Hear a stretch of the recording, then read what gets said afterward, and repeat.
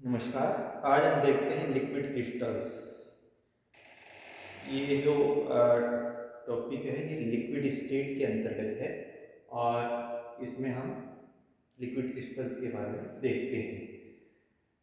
Crystals का नाम आते ही अपने दिमाग में एक शेप आती है सॉलिड के क्रिस्टल्स की, और उसमें की जो पार्टिकल्स है वो एक निश्चित जमावट में होते हैं।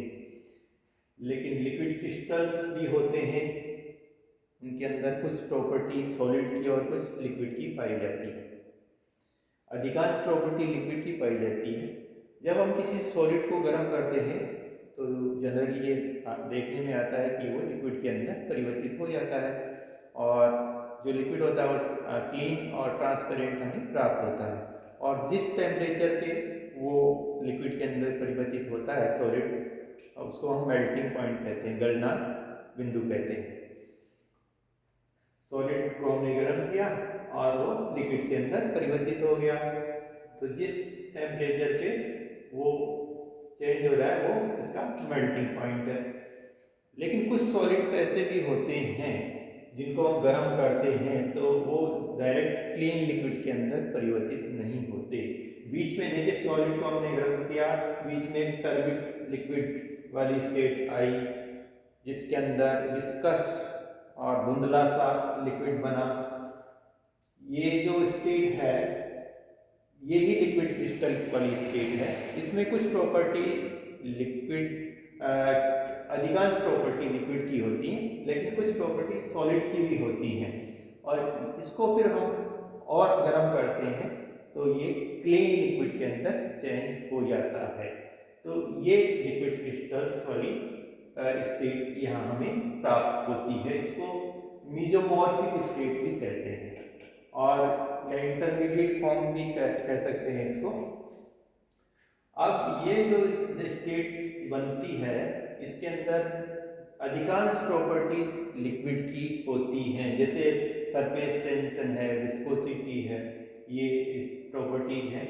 लेकिन कुछ सॉलिड की भी होती हैं, जैसे क्रिस्टल्स, जो सॉलिड के क्रिस्टल्स होते हैं उनके अंदर हमने देखा है कि विषम देशिकता का गुण होता है, एन आइसोट्रोपी। हमने देखा है क्यूबिक क्रिस्टल्स के अलावा बाकी जो क्रिस्टल्स होते हैं उनके अंदर विषम देशिकता यानी एन आइसोट्रोपी की प्रॉपर्टी होती है। ये विषम देशिकता हम देख चुके हैं कि अलग अलग डायरेक्शन में अगर हम जाते हैं क्रिस्टल के अंदर तो उनके अंदर फिजिकल प्रॉपर्टीज की जो वैल्यू है वो अलग अलग आती है, तो इसको हम विषम देशिकता कहते हैं। और क्रिस्टल्स के अंदर क्यूबिक के अतिरिक्त इसके क्रिस्टल्स में, अन्य सभी क्रिस्टल्स में ये पाई जाती है।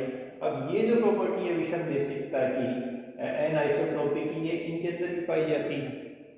तो इसीलिए इसका नाम, क्योंकि सॉलिड और लिक्विड दोनों की इसमें प्रॉपर्टीज हैं, इसका नाम लिक्विड क्रिस्टल दिया गया। अब ये जो लिक्विड क्रिस्टल्स की अवस्था है ये सभी सॉलिड को गर्म करने से तो आती ही है। कुछ ऐसे सॉलिड होते हैं जिनको गर्म करने से वो इस तरह की टर्बिड लिक्विड वाली स्टेट देते हैं, और फिर उनको और गर्म करते हैं तो वो क्लीन लिक्विड के अंदर चेंज हो जाते हैं। अब हम देखते हैं कि कौन से वो ऐसे सॉलिड हैं, कौन से ऐसे सब्सटेंस हैं जो इस तरह के होते हैं। तो ये जनरली ईथर्स और एस्टर्स होते हैं जिनके अंदर लंबी कार्बन श्रृंखला होती है। जनरली एस्टर्स एंड ईथर्स, ये इनके जो फॉर्मूले हैं RCOOR डैश और ROR डैश, एस्टर्स और ethers with long carbon chain.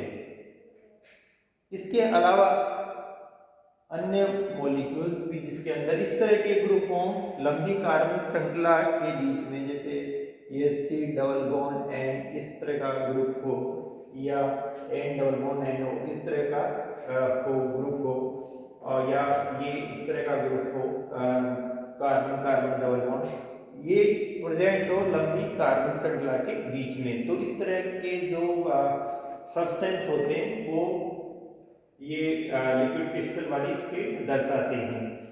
सबसे पहला एग्जांपल इसका है कोलेरेस्टाइल बेंजोएट।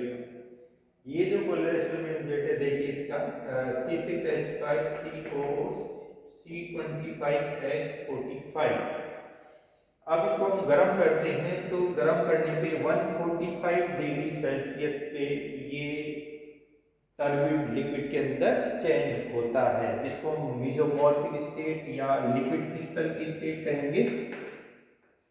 Liquid crystal. और इसको हम फर्दर गर्म करेंगे तो 178 डिग्री पे ये क्लियर लिक्विड के अंदर चेंज हो जाता है। तो ये जो है ये लिक्विड क्रिस्टल्स के बारे में हमने देखा।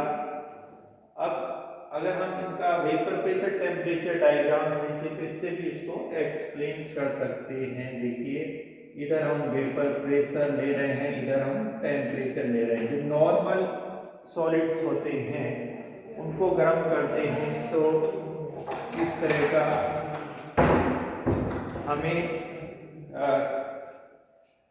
कार्बन हमें प्राप्त होता है।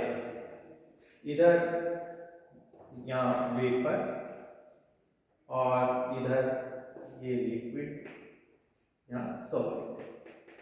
इस तरह का डायग्राम हमें प्राप्त होता है। लेकिन अगर उनका देखें जिनके अंदर ये जो लिक्विड क्रिस्टल की स्टेट बनती है तो उनका डायग्राम हमें इस तरह का प्राप्त होता है। ये यहाँ लिक्विड क्रिस्टल की स्टेट और यहाँ क्लियर लिक्विड। तो इस तरह का हमें डायग्राम प्राप्त होता है। तो आज हमने देखा कि ये लिक्विड क्रिस्टल्स क्या होते हैं और ये किन पदार्थों के अंदर इस तरह की अवस्था आती है। इनके बहुत सारे उपयोग हैं और इनका क्लासिफाई कैसे किया गया है, किस किस तरह के लिक्विड क्रिस्टल्स होते हैं, क्या क्या उपयोग होते हैं, वो हम देखेंगे नेक्स्ट क्लास में।